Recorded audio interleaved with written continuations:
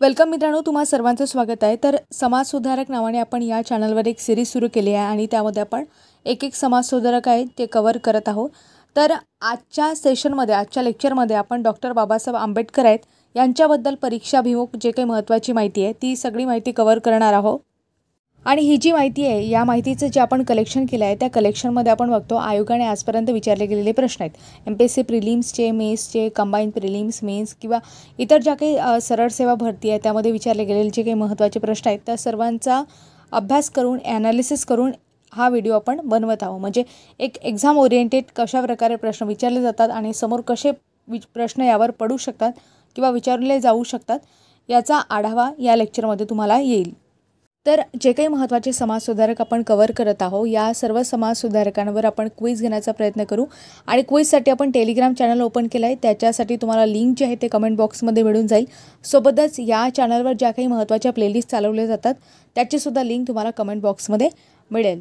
तर या व्यतिरिक्त मित्रांनो, तुम्ही चॅनलवर आजपर्यंत सबस्क्राईब केलं नसेल तर नक्की सबस्क्राईब करा। सोबतच बेल आयकॉनला प्रेस करा जेणेकरून तुम्हाला कुठल्याही प्रकारची अपडेटेड माहिती किंवा नोटिफिकेशन या चॅनलवर जेव्हा टाकला जाईल, पोस्ट केला जाईल तेव्हा तुम्हाला त्याच्या स्पेशल नोटिफिकेशन यूट्यूबद्वारे मिळतील। म्हणून चॅनलला सबस्क्राईब नक्की करा, सोबतच टेलिग्राम चॅनलसुद्धा जॉईन करा। चला तर मग आजच्या समाजसुधारकांमध्ये डॉक्टर बाबासाहेब आंबेडकर आहेत यांच्याबद्दल आपल्याला परीक्षाभिमुख सर्व माहिती कव्हर करायची आहे। तर बघा, डॉक्टर बाबासाहेब आंबेडकर आहे यांचा जन्म 14 एप्रिल 1891 महू म्हणजे मध्य प्रदेश या ठिकाणी झाला। त्यांचं पूर्ण नाव डॉक्टर भीमराव रामजी आंबेडकर हे होतं। तर मूळ गाव जे आहे ते आंबवडे म्हणजे दापोली या ठिकाणी आहे रत्नागिरी जिल्ह्यामध्ये आणि आडनाव यांचं सपकाळ होतं। मग यांना आंबेडकर असं का म्हणतात किंवा म्हणत असत, तर मी तुम्हाला इथे काय सांगितलं, त्यांच्या गावाचं नाव काय होतं, आंबवडे। मग आंबवडे म्हणजे त्यांच्या गावाच्या नावावरून त्यांचं आडनाव जे आहे ते आंबवडेकर झालं। पण मग समोर साताऱ्याचे शिक्षक होते, त्यांनी ते नाव बदलून आंबेडकर असे नाव त्यांना दिलं। बाबासाहेबांच्या वडिलांबद्दल आपण जर बघितलं, रामजी मालोजी सपकाळ हे ब्रिटिश लष्करामध्ये सुभेदार होते आणि सुभेदार मेजर म्हणून ते सेवानिवृत्त झाले। बाबासाहेबांच्या आईचे नाव जे आहे ते भीमाबाई होते। आता बाबासाहेबांबद्दल बघितलं तर बाबासाहेबांचं प्राथमिक शिक्षण जे आहे ते दापोली येथेच झालं। नंतर सातारा येथे त्या शिक्षणासाठी गेले। बाबासाहेबांचं आपण जे व्यक्तिमत्व बघतो तर त्यांच्यावर कुणाचा प्रभाव होता असे सुद्धा प्रश्न पडलेले आहेत। तर त्यामध्ये प्रामुख्याने गौतम बुद्ध, संत कबीर आणि महात्मा फुले या व्यक्तिमत्वाचा, या महान व्यक्तींचा त्यांच्यावर प्रभाव होता। म्हणजे त्यांच्या तत्वांचा, त्यांच्या विचारांचा प्रभाव कोणावर होता, डॉक्टर बाबासाहेब आंबेडकरांवर होता। यावर सुद्धा प्रश्न पडलेला आहे। तर 1906 मध्ये त्यांचा रमाबाईशी विवाह झाला। 1935 जेव्हा रमाबाईचं निधन होते त्याच्यानंतर 15 एप्रिल 1948 रोजी डॉक्टर शारदा कबीर असतात, म्हणजे त्या ब्राह्मण असतात जातीने, त्यांच्याशी त्यांचा दुसरा विवाह होतो आणि लग्नानंतर त्यांचं नाव जे आहे ते सविता आंबेडकर असं ठेवलं जाते। तर अशा प्रकारे डॉक्टर बाबासाहेब आंबेडकर आहे यांच्याबद्दल आपण अल्प परिचय करून घेतला। त्यांच्याबद्दल आपल्याला डिटेलपणे प्रत्येक गोष्ट बघायची आहे। त्यामध्ये डॉक्टर बाबासाहेब आंबेडकरांनी कोणकोणत्या म्हणजे त्यांचं शिक्षण कसं झालं, त्यांनी कोणकोणत्या संघटना स्थापन केल्या, कोणते वृत्तपत्र सुरू केले, त्याच्यानंतर राजकीय त्यांचे काय विचार होते, आर्थिक काय विचार होते, धार्मिक काय विचार होते, ह्या सगळ्या गोष्टी।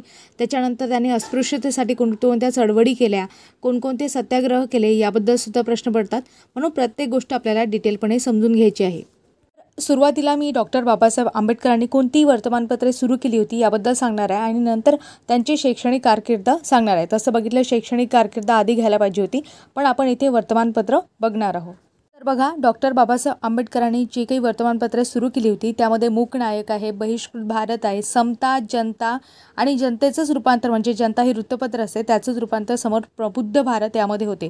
आता प्रत्येक गोष्ट आपल्याला डिटेलपणे समजून घ्यायची आहे। तर बघा, मूकनायक जे आहे ते मूकनायक डॉक्टर बाबासाहेब आंबेडकरांनी कधी सुरू केलं होतं, 31 जानेवारी 1920 रोजी, हे डेट महत्त्वाची आहे।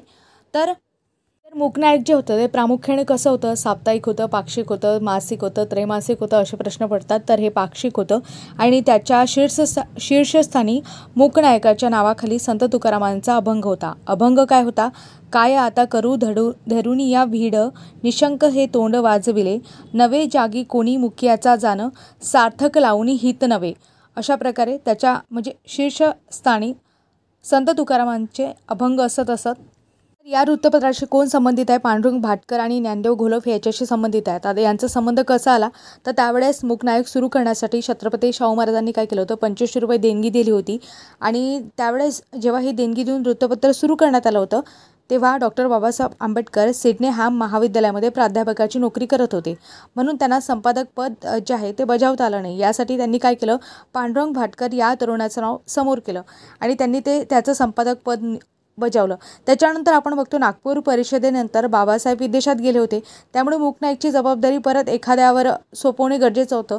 त्यासाठी तेव्हा ज्ञानदेव घोलपाय यांच्यावर ती जबाबदारी सोपवली. पुढचं महत्त्वाचं वृत्तपत्र त्यांनी सुरू केलं होतं 3 एप्रिल 1927ला.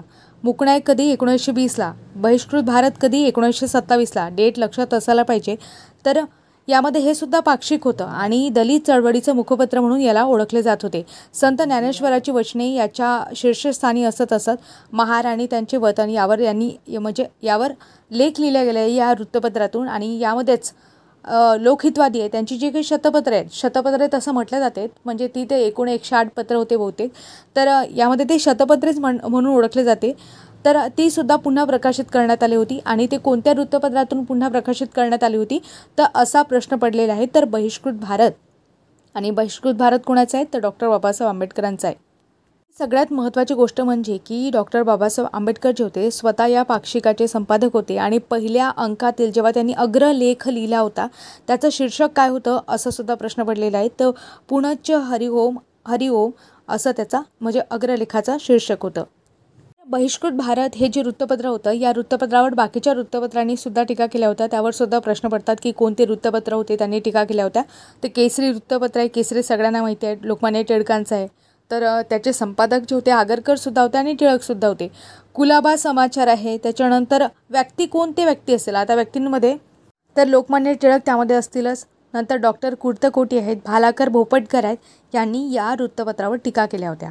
तर आता समोरचं डॉक्टर बाबासाहेब आंबेडकरांचं वृत्तपत्र पाहू. समता कधी? 1928ला. आता परत एकदा रिव्हिजन. मूकनायक 1920ला, बहिष्कृत भारत 1927ला आणि समता 1928ला.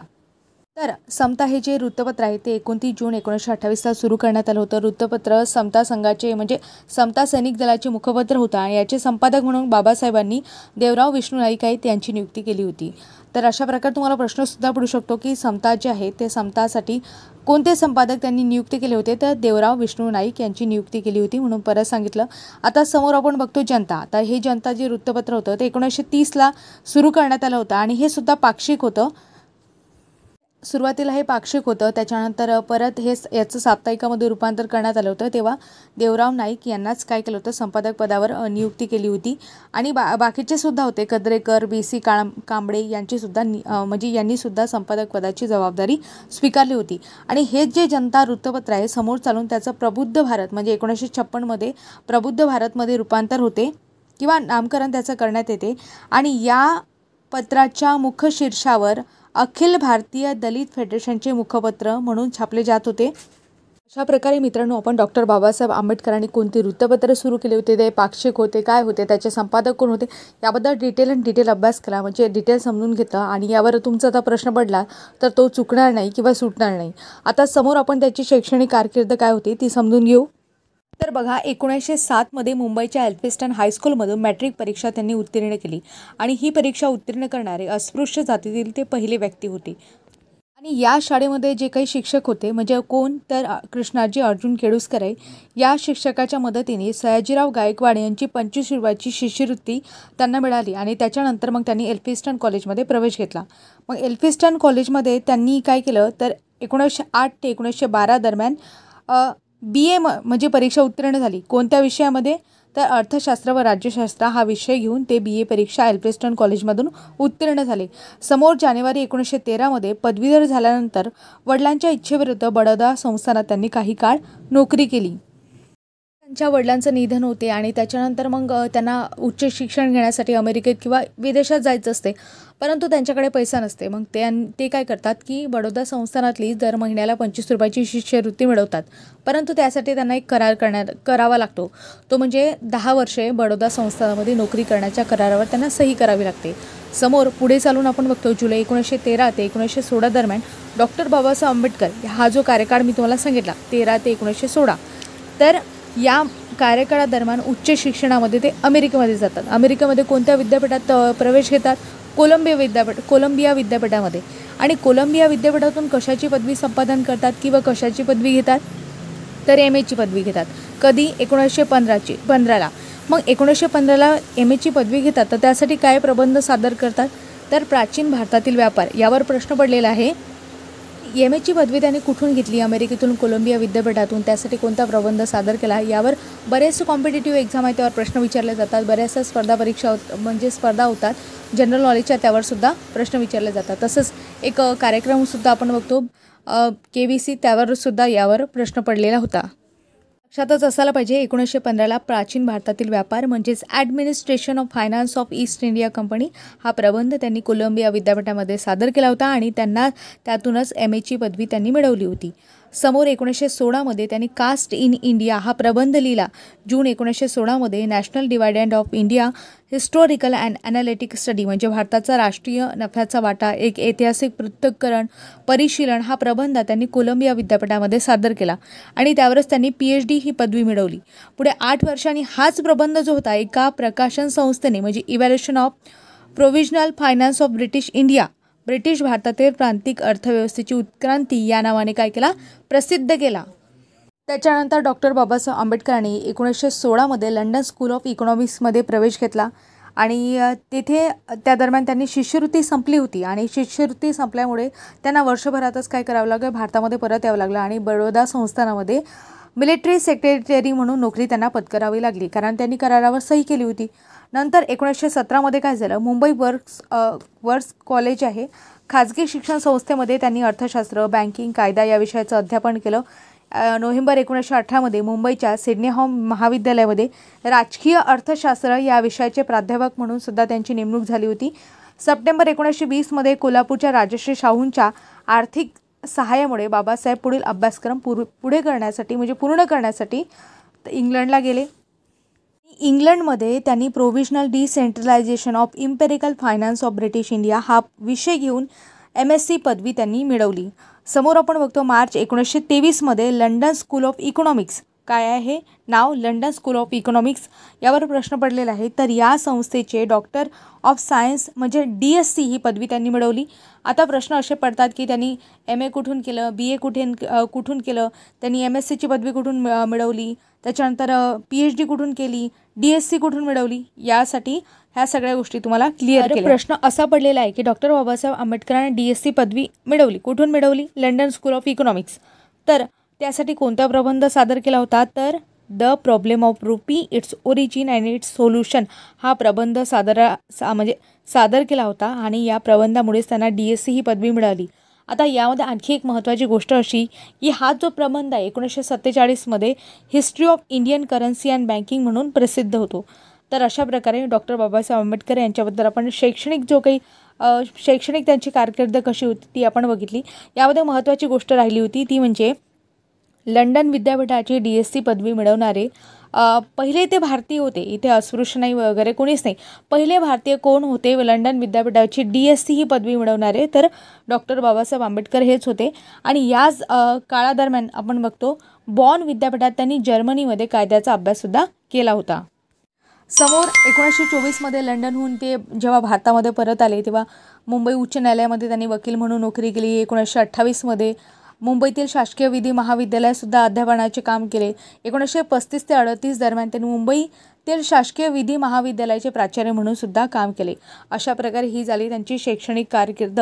शैक्षणिक कारकिर्दीवर प्रामुख्याने प्रश्न पडलेले आहेत म्हणून लक्षात ठेवायला पाहिजे का? तर हो, लक्षातच असायला पाहिजे. आता समोर आपण डॉक्टर बाबासाहेब आंबेडकरांनी कोणत्या संघटना स्थापन केल्या यावर सुद्धा प्रश्न पडतात. त्या संघटनांची डेटसुद्धा विचारली आहे, कशासाठी काम करता हे सुद्धा विचारलं गेलं आहे. तर कोणत्या संघटना आहे? बहिष्कृत हितकारणी सभा आहे. तर कधी स्थापन करण्यात आली होती? 1924ला. बहिष्कृत हितकाणी सभा स्थापन करण्यामागे हिस्ट्री आहे. आता हिस्ट्री म्हणजे कशी, आता मी तुम्हाला सांगितलं मूक नाईक 1920ला डॉक्टर बाबासाहेब आंबेडकरांनी सुरू केलं होतं आणि 1920 ते 23 दरम्यान त्यांनी काय केलं, अस्पृश्यतेवर म्हणजे अस्पृश्यतेच्या प्रश्नाला वाचा फोडण्यासाठी, अस्पृश्य लोक जे आहेत त्यांच्या समस्या काय आहेत नेमका त्या जाणून घेण्यासाठी, त्यांना संघटित करण्यासाठी त्यांना असं वाटलं की एखादी सभा असायला पाहिजे. आणि मूक नाईक या वृत्तपत्राच्या माध्यमातून त्यांनी ह्या सगळ्या गोष्टी काय केल्या, प्रसारित केल्या. त्याच्यानंतर समजलं की सरकारपुढे जर आपल्याला सामाजिक राजकीय अडचणी जर मांडायची असेल तर त्यासाठी एक मध्यवर्ती मंडळ असायला पाहिजे. म्हणून बहिष्कृत हितकाणी सभेची स्थापना त्यांनी 1924मध्ये केली होती. आता यावर प्रश्न पडतात, तर याचे अध्यक्ष कोण होते? कार्यकारी मंडळाचे अध्यक्ष जे होते डॉक्टर बाबासाहेब आंबेडकर हे होते. तर याचे अध्यक्ष कोण होते? तर सर चिमनलाल हरिलाल सेटलवाड हे होते. कार्यवाहक कोण होते? सीताराम नामदेव शिवतरकर होते. कोषाध्यक्ष कोण होते? निवृत्ती तुळशीदास जाधव होते. तर यावर प्रश्न पडतात म्हणून लक्षात ठेवा. तर या सभेचं एक ब्रीदवाक्य सुद्धा होतं, शिका, संघटित व्हा आणि संघर्ष करा. तर यामध्ये प्रामुख्याने प्रश्न विचारला जाऊ शकतो की शिका, संघटित व्हा आणि संघर्ष करा हे कोणत्या सभेचं ब्रीदवाक्य होतं? तर बहिष्कृत हितकाणी सभा याचं ब्रीदवाक्य होतं. कधी स्थापन झाली? 1924ला स्थापन झाली. कोणी केली? डॉक्टर बाबासाहेब आंबेडकरांनी केली. तर यामध्ये महत्त्वाची गोष्ट म्हणजे यांनी काही वसतिगृह म्हणजे या सभेच्या माध्यमातून 14 जानेवारी 1925ला सोलापूर येथे पहिले वसतिगृह सुरू करण्यात आलं. या सभेने सरस्वती विलास नावाने सुद्धा एक मासिक आणि मोफत वाचनालय सुरू केलं होतं. तसंच महत्त्वाची गोष्ट म्हणजे जळगाव व पनवेल या ठिकाणी या सभेने वसतिगृहसुद्धा स्थापन केली होती. 1927ला महाड येथे सभेने सत्याग्रहसुद्धा केला होता. तर अशा प्रकारे या सभेबद्दल काही महत्त्वाच्या गोष्टी. तर 1928मध्ये काय झालं, या सभेचं विसर्जन करण्यात आलं आणि त्या ठिकाणी बहिष्कृत शिक्षण प्रसारक मंडळाची स्थापना करण्यात आली. डॉक्टर बाबासाहेब आंबेडकर यांनी स्थापन केलेल्या संघटनेमध्ये समोरची संघटना आहे समता सैनिक दल. 1926मध्ये ती स्थापन करण्यात आली. 25 नोव्हेंबर 1926 रोजी या दलाची स्थापना झाली. तर या दलामध्ये शारीरिक, बौद्धिक, लष्करी तिन्ही प्रकारचं शिक्षण जे आहे ते सैनिकांना देण्यात येत असे. आणि महत्त्वाची गोष्ट म्हणजे कवायतीसाठी बुधवारचा दिवस जो होता तो सैनिकांसाठी लष्करी कवायतीसाठी ठेवण्यात आला होता. समोरची महत्त्वाची संघटना आहे समाज समता संघ, जी 1927ला सुरू करण्यात आली होती. डॉक्टर बाबासाहेब आंबेडकर होते स्वतः या संघटनेचे कोण होते? अध्यक्ष होते. महत्त्वाची गोष्ट म्हणजे अशी की समाज समता संघातर्फे समता, जनता, प्रबुद्ध भारत ही वृत्तपत्रे सुरू करण्यात आली होती. आणि या संस्थेच्या कार्यक्रमामध्ये दलित व दलितेतर सहभोजनाचा कार्यक्रम याचा समावेश केला गेला होता. आता यामध्ये आणखी महत्त्वाची गोष्ट म्हणजे समता समाज आहे तो म्हणजे समता संघाची तत्त्वे नेमकी काय होती? तर समतेचा हक्क पवित्र आणि अबाधित असं अभेद्य आहे. सर्व मनुष्य प्राणी समान असून प्रत्येक साधनावर, सवलतीवर, संधीवर प्रत्येकाचा समान हक्क आहे. समतेचा हक्क आहे जो वर्ण, वंश, जात, स्त्री पुरुष यांच्या पलीकडे आपण बघतो भेद न करण्यासारखा आहे. तर सामाजिक समतेशिवाय समाजाचा सामुदायिक जीवनक्रम सुरक्षित चालणे अशक्य आहे. अशा प्रकारे काही तत्त्व होती. आणि समता हे जे समाज संघाचे मुखपत्र होते, म्हणजे प्रश्न विचारला जाऊ शकतो की समाज समता संघ आहे त्याचे मुखपत्र कोणते होते? तर समता हे होते. आणि कोण त्याचे संपादक होते? तर देवराव नाईक होते. मी आधीच ह्या गोष्टी क्लिअर केलेल्या आहेत. आणि हाच आपण बघतो संघ आहे म्हणजे समता समाज संघ आहे. याद्वारे 8 एप्रिल 1928ला पुण्यामध्ये लोकमान्य टिळकांचे चिरंजीव जे आहेत श्रीधरपंत टिळक यांनी स्वतःच्या वाड्यामध्ये समाज समता संघाची शाखा स्थापन केली होती आणि त्यांनी वाड्यात सहभोजनाच्या मिश्र विवाह यास परवानगी दिली होती. तसेच Bharatiya Bauddha Mahasabha Buddhist society of India 1955मध्ये डॉक्टर बाबासाहेब आंबेडकरांनी सुरू केली होती. म्हणजे मुंबईमध्ये भारतीय बौद्ध जनसमिती स्थापन केली होती. तिचं रूपांतर बुद्धिस्ट सोसायटी ऑफ इंडिया असं नामकरण करण्यात आलं होतं. आणि 1956मध्ये आंबेडकरांनी बौद्ध धर्माची दीक्षा जेव्हा घेतली होती त्यानंतर या संस्थेचं नाव भारतीय बौद्ध महासभा असं ठेवण्यात आलं होतं. अशा प्रकारे डॉक्टर बाबासाहेब आंबेडकरांनी काही महत्त्वाच्या संघटना स्थापन केल्या होत्या त्या आपण बघितल्या. आता समोर त्यांनी काय शैक्षणिक संस्था किंवा संघटना काय स्थापन केल्या आहेत त्या आपण बघणार आहोत. तर त्यामध्ये प्रामुख्याने पीपल्स एज्युकेशन सोसायटी आहे ज्यावर प्रश्न पडलेला आहे. 1945ला स्थापन केली आणि कुठे स्थापन केली? मुंबईमध्ये. म्हणजे हे विचारतात बरं, स्थळ विचारतात, शहर विचारतात तेव्हा आपल्याला माहिती असायला पाहिजे. मुंबईमध्ये स्थापन केली. आणि सोसायटीची उद्दिष्ट काय होती? या संपूर्ण देशामध्ये शिक्षणाचा प्रसार करणे, उच्च शिक्षणाची सोय आणि त्याचा प्रसार करणे, शैक्षणिक सामाजिक कार्यामध्ये म्हणजे त्यास चालना देणे, शिक्षणापासून वंचित समाजाला शिक्षण प्रसारात आणणे. तर अशा प्रकारे ही त्याची काही उद्दिष्ट होती. तर यामध्ये महत्त्वाची गोष्ट म्हणजे आज पीपल एज्युकेशन सोसायटीच्या माध्यमातून 20 जून 1946ला मुंबईमध्ये म्हणजे या संस्थेमार्फत वडाळा येथे मुंबई सिद्धार्थ कला महाविद्यालयाची स्थापना करण्यात आली होती आणि त्याचे प्राचार्य कोण होते यावर प्रश्न पडला आहे. Lieutenant colonel AB Gajendra Gadkar हे जे होते त्या महाविद्यालयाचे पहिले प्राचार्य होते. तर यामध्ये आणखी एक महत्त्वाची गोष्ट म्हणजे अशी की मुंबई विद्यापीठाच्या पाहणी पथकाने ज्यावेळेस एक पाहणी पथक आलं होतं आणि कॉलेजविषयी म्हणजे रिपोर्ट द्यायचा होता त्यांना, तर त्यांनी अनुकूल रिपोर्ट दिला होता, परंतु शासकीय अनुदानाची शिफारस केली होती. तेव्हा मात्र पंडित मदन मोहन मालवीय यांनी काय केलं होतं, कॉलेज एका विशिष्ट जातीचं ठरवून अनुदान देण्यास मनाई केली होती. म्हणजे हे स्टेटमेंट जे आहे ते आपल्याला माहिती पाहिजे. आणि समोर पुढे चालून डॉक्टर बाबासाहेब आंबेडकर यांनी यावर स्पष्टीकरणसुद्धा दिलं होतं कायदे मंडळात की हे जे कॉलेज आहे या कॉलेजमध्ये सर्व जाती धर्माचे शिक्षक आणि कर्मचारी आहेत म्हणून. तर आणखी महत्त्वाची गोष्ट यामध्ये अशी की 1964मध्ये वडाळा येथे सिद्धार्थ वसतिगृहसुद्धा सुरू करण्यात आले होते आणि त्याला सिद्धार्थ विहार असं म्हणतात. तर हैदराबादचे जे काही शेवटचे निजाम होते मीर उस्मान अली खान बहादूर यांनी पीपल्स एज्युकेशन सोसायटीला 5 लाख रुपये देणगी दिली होती आणि या देणगीवर आंबेडकरांनी मुंबईमध्ये वडाळा येथे सिद्धार्थ महाविद्यालयाची सुरुवात केली होती. म्हणून हे सुद्धा स्टेटमेंट महत्त्वाचं आहे. तर त्यांनी औरंगाबादमध्ये मिलिंद कॉलेज सुरू केलं होतं. आता हे का बरं, तर त्यांना वाटत असे की मराठवाड्यामध्ये उच्च शिक्षण देणारे एखादं महाविद्यालय असावं असं त्यांना सतत वाटत असे. म्हणून या अशा प्रकारचं महाविद्यालय स्थापन करण्याची जी काही जबाबदारी ती जबाबदारी त्यांनी दादासाहेब गायकवाड यांच्यावर सोपवली होती आणि त्यांच्याच मार्गदर्शनाखाली समोर आपण पुढे चालून बघतो मिलिंद कॉलेज औरंगाबादमध्ये स्थापन झालं. कधी 1950मध्ये. आणि हे कोणाच्या माध्यमातून, तर पीपल एज्युकेशन सोसायटीच्या माध्यमातूनच या कॉलेजची सुद्धा स्थापना झाली. तसंच पुढे आपण बघतो आश्रमशाळांची सुद्धा त्यांनी स्थापना केली. तर आश्रमशाळा कुठे कुठे स्थापन केल्या, तर डॉक्टर बाबासाहेब आंबेडकरांच्या मूळ गावी आंबवडे म्हणजे दापोली इथलं रत्नागिरी या ठिकाणी मूळ गावी त्यांच्या मातोश्री रमाबाई विद्यार्थी आश्रमाची त्यांनी स्थापना केली. तसंच पंढरपूरमध्ये श्री संत गाडगे महाराज मागासवर्ग वसतिगृहाची स्थापना केली. आणखी आणि महत्त्वाची गोष्ट की पीपल एज्युकेशन सोसायटीचं गौतम महाविद्यालयसुद्धा तेथे त्यांनी सुरू केलं. तसेच 1 मार्च 1927मध्ये आंबेडकरांच्या नेतृत्वाखाली बहिष्कृत हितकारणी सभेने महाड येथे 14 तळे सत्याग्रहसुद्धा केला होता आणि त्यावेळी महाड येथे विद्यार्थ्यांसाठी वसतिगृह आणि किमान प्राथमिक शिक्षणाची सुविधा देण्यासाठी डॉक्टर बाबासाहेब आंबेडकरांनी सुभेदार सवादकर विद्यार्थी आश्रम सुरू केलं होतं. अशा प्रकारे आपण बघतो डॉक्टर बाबासाहेब आंबेडकरांनी कोणत्या शैक्षणिक सुधारणा केल्या, संघटना स्थापन केल्या त्याबद्दल आपण बघितलं, संस्था स्थापन केल्या त्याबद्दल बघितलं. आता समोर डॉक्टर बाबासाहेब आंबेडकरांनी काय राजकीय म्हणजे सुधारणा केल्या किंवा राजकीय त्यांच्या काय कारकीर्द होती ती आपल्याला पाहायची आहे. तर बघा 1926 ते 1936 म्हणजे 10 वर्षाचा हा कार्यकाळ आहे. या कार्यकाळामध्ये आंबेडकरांनी मुंबई प्रांताच्या कायदे मंडळाचे सदस्य म्हणून त्यांची नियुक्ती झाली होती. म्हणून सदस्य म्हणून त्यांनी काम पाहिलं आहे. 1928मध्ये सायमन कमिशनला भारतभर विरोध होत असताना डॉक्टर बाबासाहेब आंबेडकरांनी सायमन कमिशन समोर अस्पृश्यांच्या समस्या मांडल्या होत्या आणि बहिष्कृत हितकारणी सभेच्या वतीनं सर्व स्त्री पुरुषांना मताधिकार मिळावा अशी मागणी केली होती. तसेच त्यांनी 1933मध्ये बाबासाहेबांनी विधिमंडळामध्ये ग्रामपंचायत बिलावर भाषणसुद्धा केलं होतं. तर यामध्ये महत्त्वाच्या संघटना कोणकोणत्या त्यांनी स्थापन केल्या होत्या, तर त्यांनी स्वतंत्र मजूर पक्षाची स्थापना केली होती 1936ला. 15 ऑगस्ट 1936ला स्वतंत्र मजूर पक्षाची स्थापना करून म्हणजे ही स्थापना जी प्रामुख्याने इंग्लंडमधील जे काही मजूर पक्ष होतं त्याच्या धर्तीवर स्थापन करण्यात आली होती. आणि या पक्षाचा जाहीरनामा जो होता टाइम्स ऑफ इंडिया या इंग्रजी दैनिकामध्ये प्रकाशित करण्यात आला होता. आणि डॉक्टर बाबासाहेब आंबेडकर या पक्षाचे अध्यक्षसुद्धा होते आणि खजिनदारसुद्धा होते.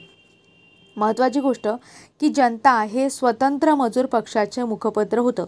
मग आता मुखपत्र तुम्हाला विचारलं जाऊ शकते की स्वतंत्र मजूर पक्ष आहे डॉक्टर बाबासाहेब आंबेडकरांनी सुरू केलेला, त्याचं मुखपत्र काय होतं, तर जनता होतं. तर यामध्ये महत्त्वाची गोष्ट म्हणजे अशी की मजूर काबाळ कष्ट करणारा जो काही वर्ग होता, असंघटित वर्ग होता, त्यांना संघटित करून एका प्रकारे सुधारणा करण्याच्या उद्देशानं, सामाजिक सुधारणा करण्याच्या उद्देशानं या पक्षाची स्थापना केली होती.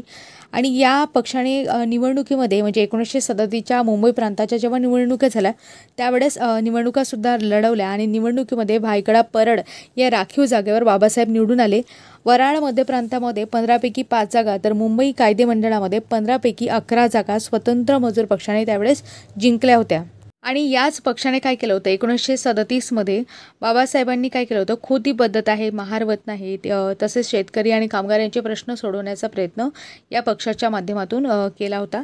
आणि महत्त्वाची गोष्ट म्हणजे 1942मध्ये स्वतंत्र मजूर पक्ष जो आहे तो विसर्जित करून त्या ठिकाणी अखिल भारतीय शेड्यूल कास्ट फेडरेशनची स्थापना करण्यात आली. हा सुद्धा प्रश्न पडू शकतो की कशामध्ये विलीन झाला किंवा त्याचं विसर्जन कधी करण्यात आलं. तर 1936ला स्वतंत्र मजूर पक्षाची स्थापना करण्यात आली. 1942ला याचं विसर्जन करण्यात आलं आणि रूपांतर कशामध्ये करण्यात आलं, Akhil Bharatiya schedule caste federation यामध्ये रूपांतर करण्यात आलं. तर कधी 1942ला. म्हणूनच आपण बघतो Akhil Bharatiya schedule caste federation आहे, 1942ला त्याची स्थापना आहे. आणि या कास्ट फेडरेशनच्या स्थापनेसाठी म्हणजे कोणाच्या अध्यक्षतेखाली ही परिषद स्थापन करण्यात आली होती असं सुद्धा प्रश्न पडू शकतात. तर राव बहादूर शिवराज आहेत यांच्या अध्यक्षतेखाली ही म्हणजे या फेडरेशनची स्थापना करण्यात आली होती. समोर रिपब्लिकन पक्षाची स्थापना करण्यात आली आहे.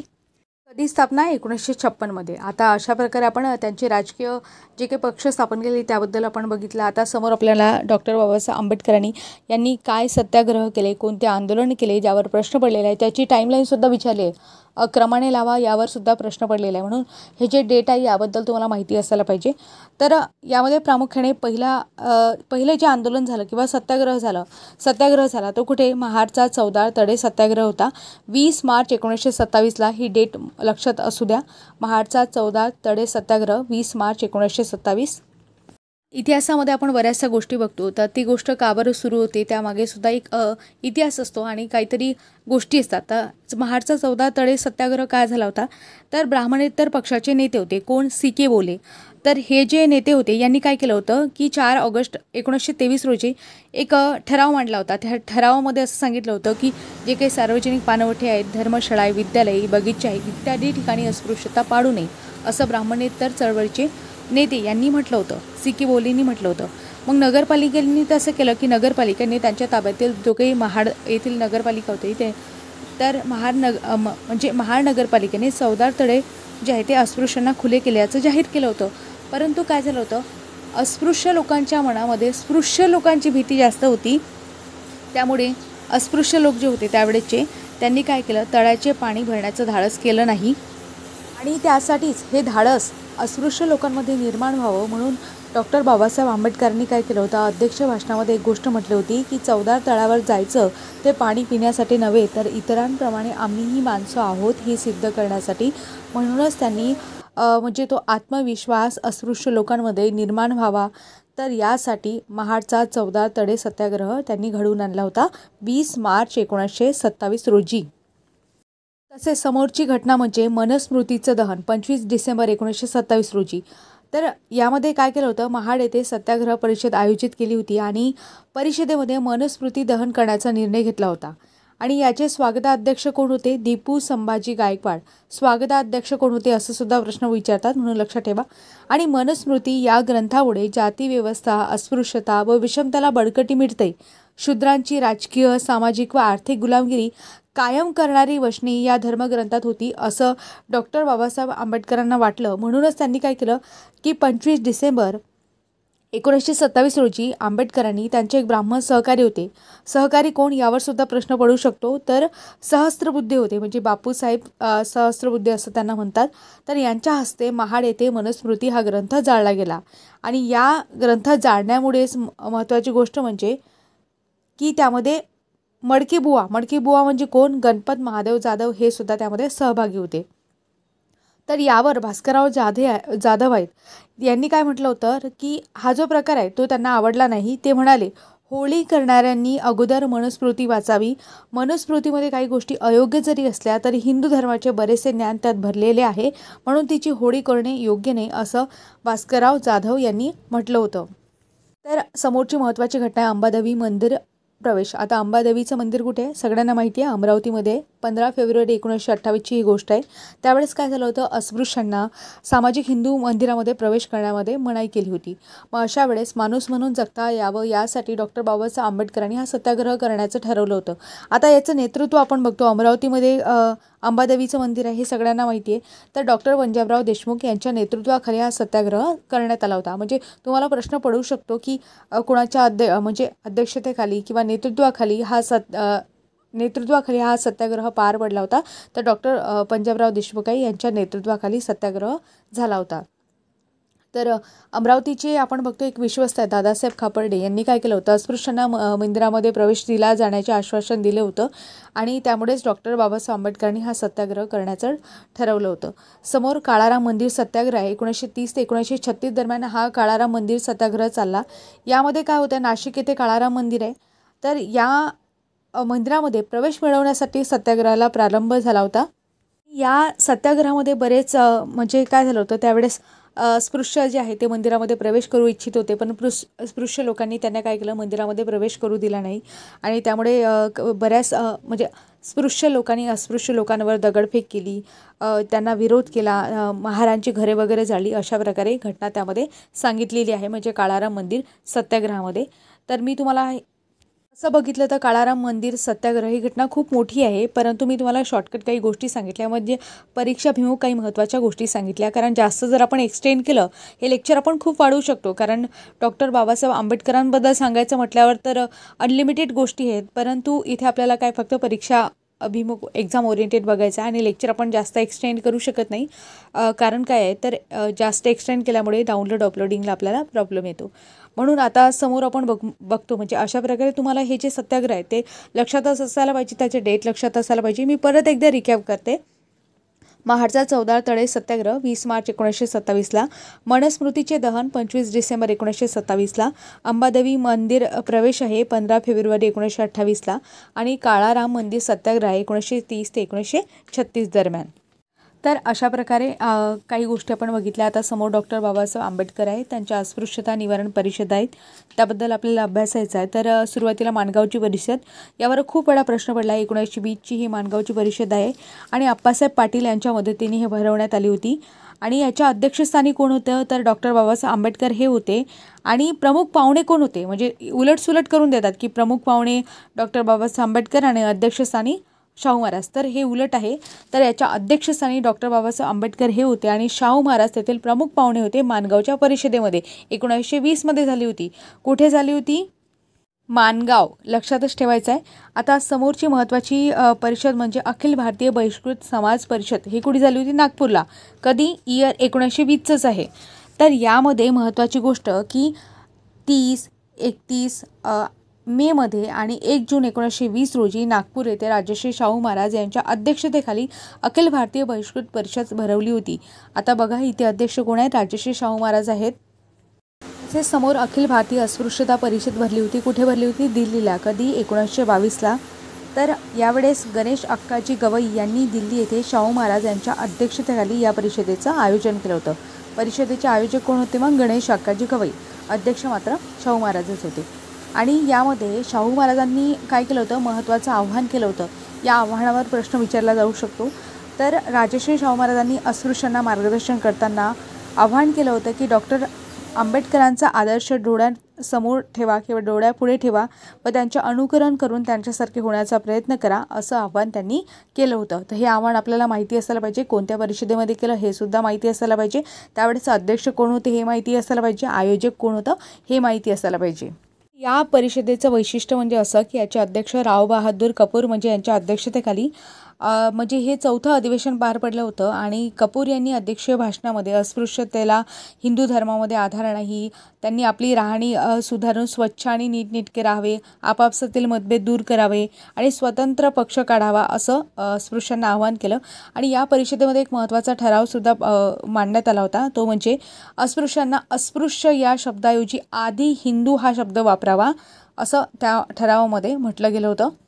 तसेच आणखी सभेमध्ये आपण बघितलं औरंगाबाद येथील चावडी समोर बैठी सभा होती. ही मराठवाड्यातील डॉक्टर बाबासाहेब आंबेडकरांची पहिली सभा होती. तसेच मुंबई इलाका महार परिषद होती. त्याचे अध्यक्ष BS व्यंकटराव होते आणि दख्खनचे आंबेडकर ही पदवी त्यावेळेस आंबेडकरांना मिळाली होती. या व्यतिरिक्त तडवळे ठोकी परिषद आहे, नंतर रकुनपूर परिषद आहे. अशा प्रकारे महत्त्वाच्या परिषदा डॉक्टर बाबासाहेब आंबेडकरांनी त्यांच्या कार्यकाळामध्ये काय केल्या होत्या? भरवल्या होत्या. तर आता समोर आपण डॉक्टर बाबासाहेब आंबेडकरांशी रिलेटेड काही महत्त्वाच्या घटना आहेत. त्यामध्ये हिंदू कोड बिल आपण बघतो. काय झालं होतं? हिंदू कोड बिलाबद्दल 1941मध्ये सर BN राव होते आणि यांच्या अध्यक्षतेखाली समितीने काय केले होते, म्हणजे एक समिती नेमण्यात आली होती आणि त्यांच्या अध्यक्षतेखाली देशभर दौरे करण्यात आले होते. बरेचसे विचारवंत, कायदेवंत यांचे मते जे आहे ते विचारात घेतली होती हिंदू कोड बिलाच्या बाबतीत, म्हणजे हिंदू संहिता विधेयक तयार करण्यात आलं होतं.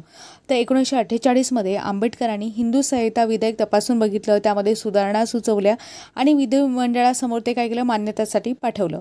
तर 5 फेब्रुवारी 1951मध्ये आंबेडकरांनी म्हणजे हिंदू कोड बिल लोकसभेमध्ये जेव्हा मांडलं, तेव्हा श्यामाप्रसाद मुखर्जी आहे, सरदार पटेल आहे, सरदार भूपेंद्र सिंग आहे यांनी विधेयकास काय केला, विरोध केला. यामध्ये राज्यसेवा प्रिलिम्सचा प्रश्न पडलेला आहे की कोण या हिंदू कोड बिलाच्या विरोधात होतं, तर कोणी पाठिंबा दिला, म्हणजे कोण विरोधात होता असा प्रश्न पडलेला आहे. तर पाठिंबा कोणी दिला असा सुद्धा प्रश्न समोर पडू शकतो. तर बघा, मी तुम्हाला काय सांगितलं की यामध्ये एक महत्त्वाची गोष्टसुद्धा आहे की नेहरूंनी काय केलं होतं, सुरुवातीला या विधेयकामध्ये पाठिंबा दिला होता, परंतु ते त्याच्या भूमिकेशी तटस्थ राहिले नाहीत, म्हणजे प्रामाणिक राहिले नाहीत आणि म्हणून त्यांनीसुद्धा याला विरोध केला असं आपण म्हणू शकतो. आणि गाडगीळ जे होते, तर नवी गाडगीळ यांनी या विधेयकाच्या समर्थनामध्ये भाषण केलं होतं. म्हणजे आता समोर असा सुद्धा प्रश्न फॉर्म होऊ शकतो की कोणी समर्थनामध्ये भाषण केलं होतं, तर गाडगीळ यांनी केलं होतं. डॉक्टर बाबासाहेब आंबेडकरांनी खूप अतोनात कष्टसुद्धा या विधेयकासाठी घेतले होते. त्याचं स्वप्नसुद्धा ते होतं, परंतु ते विधेयक काय होते, पास होत नाही. त्याच्यानंतर मग ते मनातून खूप दुःखी होतात आणि मग ते कायदामंत्री असतात त्यावेळेस ते, तर कायदा मंत्रिपदाचा काय होतात, ते राजीनामा देतात. तर समोर 1952मध्ये सुद्धा मग त्याच्यानंतर ते पराभूत होतात. उत्तर मध्य मुंबई राखीव मतदारसंघातून निवडणूक लढवतात. तेव्हा त्यांचाच जो एक सहकारी असतो, म्हणजे काजरोडकर नावाने, म्हणजे नारायण सादोबा काजरोडकर आहेत, त्यांचे सहकारी असतात हे काँग्रेस नेते, तर तेच त्यांचा म्हणजे पराभव करतात. आणि परत आपण बघतो की 1952मध्येच मात्र त्यांची राज्यसभेवर का होते, निवडणूक, म्हणजे राज्यसभेवर त्यांना निवडून दिलं जाते. तसेच डॉक्टर बाबासाहेब आंबेडकरांनी शेतकऱ्यांसाठी सुद्धा कार्य केले आहे, म्हणजे कोकणातील शेतकऱ्यांसाठी पर्टिक्युलरली खोती पद्धत नष्ट करण्याच्या मागणीसाठी बाबासाहेबांनी मुंबई विधिमंडळावर 25,000 शेतकऱ्यांचा विराट मोर्चा काढला होता. तसेच या व्यतिरिक्त त्यांनी शेतकऱ्यांसाठी 14 एप्रिल 1929 रोजी चिपळूण येथील शेतकरी परिषदेचे अध्यक्षपद सुद्धा डॉक्टर बाबासाहेब आंबेडकरांनी भूषवलं होतं. महत्त्वाची गोष्ट म्हणजे त्यांनी विविध समित्यांना आपली साक्षसुद्धा नोंदवली आहे. त्यामध्ये म्हणजे विषय समित्याचे तज्ज्ञ म्हणा, अभ्यासक म्हणा म्हणून, तर त्यामध्ये कोणकोणत्या समित्या होत्या, जसं सायमन कमिशन आहे, साऊथ बरो कमिटी आहे, युनिव्हर्सिटी रिफॉर्म्स कमिटी आहे, royal commission on Indian currency and finance आहे, अशा समित्यांपुढे त्यांनी साक्षसुद्धा नोंदवली आहे. 1927मध्ये डॉक्टर बाबासाहेब आंबेडकरांनी महारवतने नष्ट करण्यासाठी चळवळसुद्धा केली होती आणि यासंबंधीचे लेख आहेत त्यांनी बहिष्कृत भारतमध्ये प्रसिद्ध केले होते. आणि त्यांच्या मते हे जे आहे वतन आहेत यामध्ये सुधारणा करण्यापेक्षा सरकारने ते रद्द केलेले बरे, कारण त्यांना बऱ्याचशा म्हणजे कष्टातून या सगळ्या गोष्टींना सामोरे जावं लागत असे. तर म्हणूनच या बाबतीत 1958मध्ये आपण बघतो, जेव्हा द्विभाषिक मुंबई राज्य होतं त्यावेळेसचे मुख्यमंत्री होते यशवंतराव चव्हाण यांनी एक कायदा करून महारांच्या महारकीच्या वतनाचा शेवट केला होता. आणि हंटर आणि दिनमित्र आहे हे जे वृत्तपत्र आहे यांनी याचं समर्थनसुद्धा केलं होतं. आता मित्रांनो, तुमच्यासाठी एक प्रश्न इथे राहील, हंटर हे वृत्तपत्र कोणाचं आहे, तसेच दिनमित्र हे वृत्तपत्र कोणाचं आहे, कोण याचे संपादक होते, कोणी सुरू केलं, तर हे तुम्ही कमेंट बॉक्समध्ये सांगण्याचा प्रयत्न करा. तर आणखी महत्त्वाच्या गोष्टींमध्ये मी ह्या गोष्टी आधीच क्लिअर केल्या आहेत की 1926 ते 1936 दरम्यान मुंबई प्रांताच्या कायदेमंडळाचे सदस्य ते होते. 1928मध्ये सायमन कमिशन पुढे त्यांनी साक्ष दिले, म्हणजे भारतभर त्यावेळेस विरोध होत होता आणि डॉक्टर बाबासाहेब आंबेडकर मात्र त्या सायमन कमिशन पुढे अस्पृश्यांचा प्रश्न घेऊन उभे होते. नंतर 1933मध्ये आपण बघतो विधिमंडळामध्ये ग्रामपंचायत बिलावर त्यांनी भाषणसुद्धा दिलं आहे, तर म्हणजे 1933मध्ये. तर अशा प्रकारे आपण काही महत्त्वाच्या गोष्टी बघितल्या. आता गोलमेज परिषदेमध्ये आणखी महत्त्वाचं एक कार्य त्यांनी केलं आहे की ते तिन्ही जे गोलमेज परिषद झाल्या होत्या त्या तिन्ही गोलमेज परिषदेमध्ये डॉक्टर बाबासाहेब आंबेडकरांनी म्हणजे हजेरी लावली होती. त्यामध्ये गोलमेज परिषद आपण बघतो की 12 नोव्हेंबर 1930 दरम्यान पहिली गोलमेज परिषद झाली आणि यासाठी त्यांनी हरिजनांसाठी, अस्पृश्यांसाठी स्वतंत्र मतदारसंघाची मागणी त्यामध्ये केली होती. तर यामध्ये महत्त्वाची गोष्ट म्हणजे की महात्मा गांधीजी कोणत्या गोलमेज परिषदेला हजर होते, तर महात्मा गांधीजी फक्त दुसऱ्या गोलमेज परिषदेला हजर होते, जे 7 सप्टेंबर 1931मध्ये झाली होती. आणि ही जी आहे ते प्रामुख्याने कशामुळे ते हजर होते गांधीजी, तर गांधी आयर्विन करार झाला होता, त्यामुळे आपण बघतो. याच गोलमेज परिषदेमध्ये डॉक्टर बाबासाहेब आंबेडकरांनी म्हटलं होतं की जे काही अस्पृश्य आहेत, दलित आहेत, त्यांना प्रोटेस्टंट हिंदू म्हणून दर्जा मिळावा म्हणून त्यांनी मागणी सुद्धा केली होती. तसंच आणखी महत्त्वाची गोष्ट म्हणजे पुणे करार डॉक्टर बाबासाहेब आंबेडकर आणि गांधीजी यांच्याशी रिलेटेड आहे. 24 सप्टेंबर 1932 ही डेट विचारली जाते आणि पाठच असायला पाहिजे 24 सप्टेंबर 1932. तर याची पार्श्वभूमी काय म्हणते तर बघा, 16 ऑगस्ट 1932ला काय झालं होतं, जातीय निवाडा जाहीर झाला होता आणि यामध्ये स्वतंत्र मतदारसंघ देण्याची काय केली होती, घोषणा केली होती. घोषणा कोणी केली होती यावर सुद्धा प्रश्न पडतात. तर ब्रिटिश पंतप्रधान होते रॅमसो मॅकडोनाल्ड यांनी ही घोषणा केली होती. तर कधी 16 ऑगस्ट 1932. जातीय निवडा लक्षात ठेवायचा आहे आणि पुणे करार पण लक्षात ठेवायचा आहे. तर यामध्ये काय झालं होतं नेमकं की 18 ऑगस्ट 1932ला महात्मा गांधीजींनी मॅकडोनाल्ड यांना पत्र पाठवलं आणि हरिजनांसाठी स्वतंत्र मतदारसंघाचा निर्णय जो आहे तो रद्द करावा, नाहीतर मी आमरण उपोषण करेल, असं त्यावेळेस गांधीजींनी म्हटलं होतं. म्हणजे 20 सप्टेंबर 1932ला पुण्यातील येरवडा कारागृहात असताना आमरण उपोषण त्यांनी चालू केलं. म्हणजे अस्पृश्यांसाठी स्वतंत्र मतदारसंघ नाकारावा असा आग्रह महात्मा गांधीजींनी त्यावेळेस केला होता. जिंनी असं का बरं केलं यामागे बरीच म्हणजे एक संकल्पना आहे, जे बऱ्याच लोकांना माहिती नसते आणि बरेच लोक टीकासुद्धा करतात. तर दलितांना राष्ट्रीय चळवळीमध्ये म्हणजे मुख्य प्रवाहात आणण्यासाठी त्यांनी अस्पृश्यता निवारणाचा कार्यक्रम हाती घेतला होता आणि त्यांच्या मते यांना जर स्वतंत्र मतदारसंघ मिळाला तर हे काय पडतील, वेगळे पडतील. म्हणजे हा गट पहिलेच हिंदू आहे, त्यामध्ये अस्पृश्य अशा प्रकारचं भेदभाव केले जातात आणि असे जर स्वतंत्र मतदारसंघ जर दिला तर ते मुख्य प्रवाहापासून दूर जातील, म्हणून असं त्यांना भीती वाटत असते. म्हणून त्यांनी स्वतंत्र मतदारसंघाला काय केला होता तर विरोध केला होता.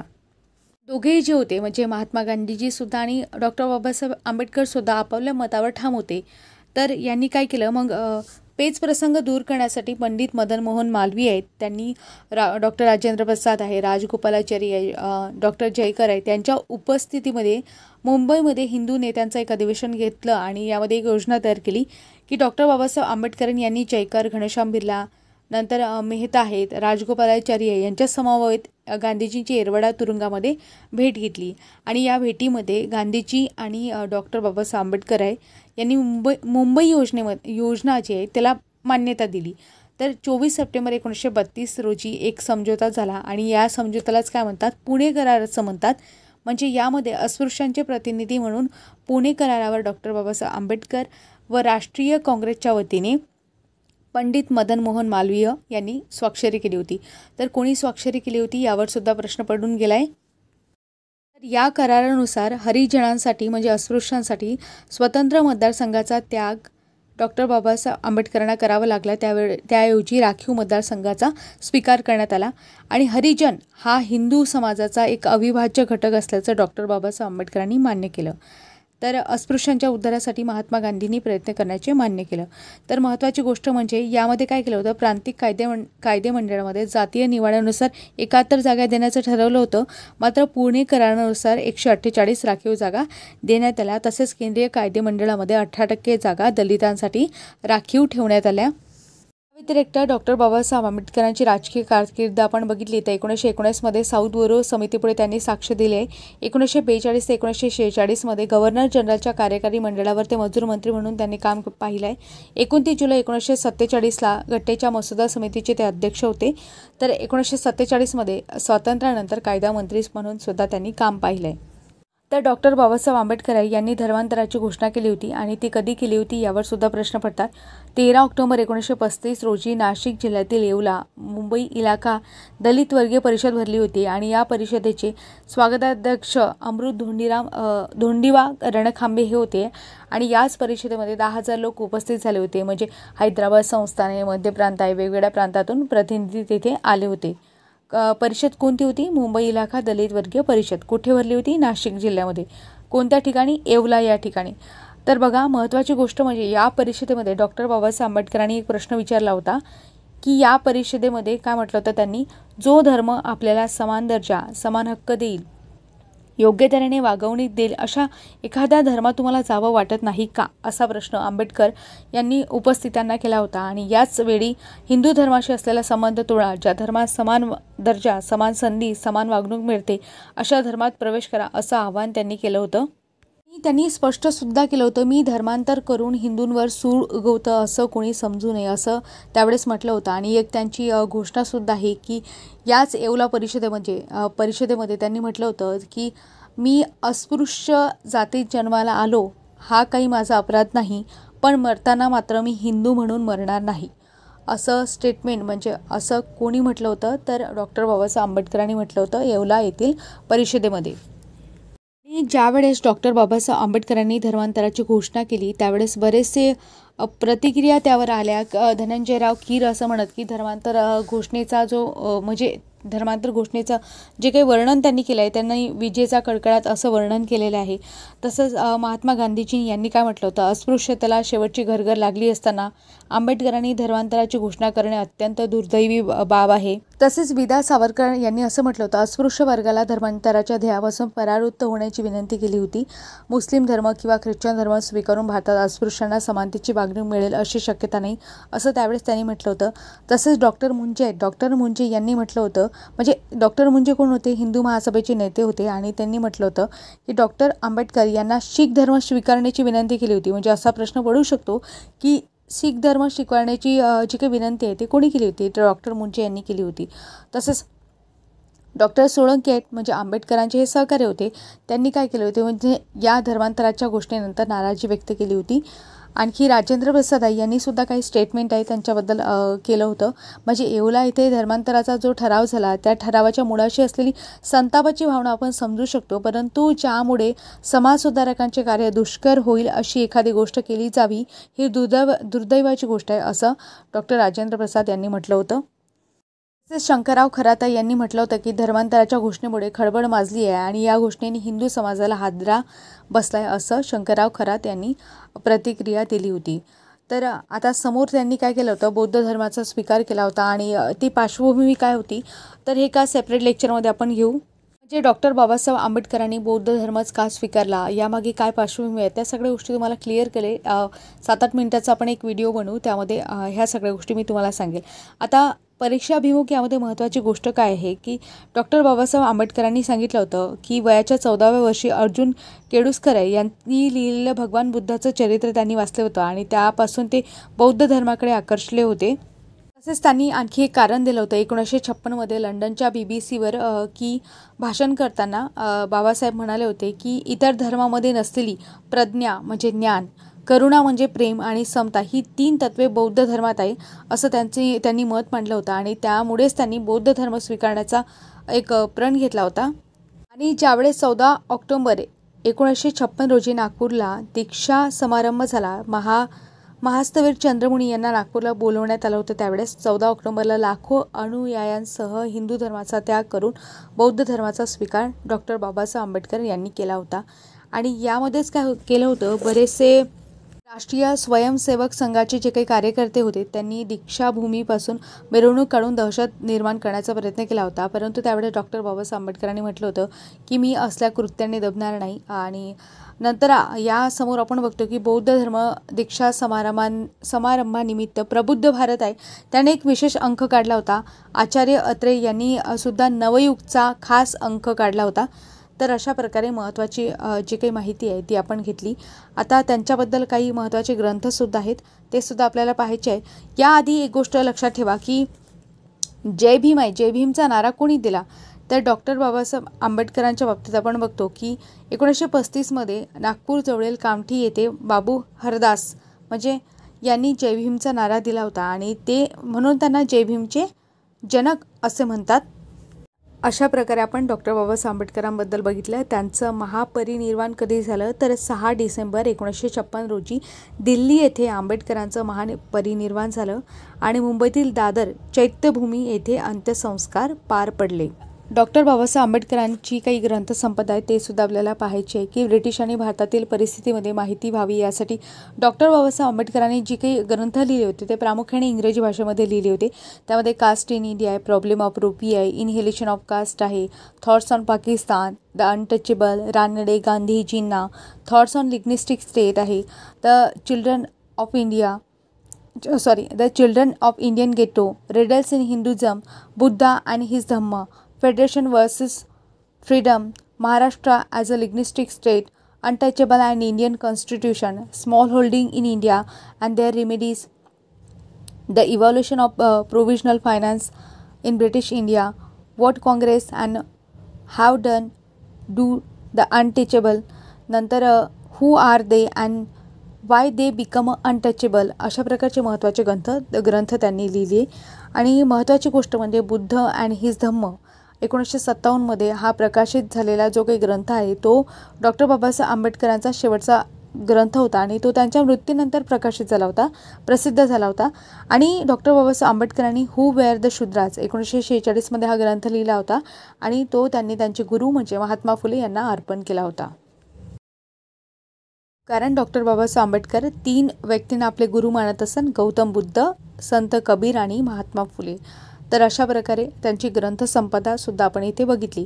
आता शेवटची गोष्ट म्हणजे इथे काही गोष्टी नमूद नाहीत, परंतु डॉक्टर बाबासाहेब आंबेडकर यांच्याबद्दल काही गौरवोद्गारसुद्धा काढण्यात आले होते. जसं सयाजीराव गायकवाड यांनी म्हटलं होतं, दलितांचा मुक्तीदाता या शब्दामध्ये डॉक्टर बाबासाहेब आंबेडकरांचा गौरव केला होता.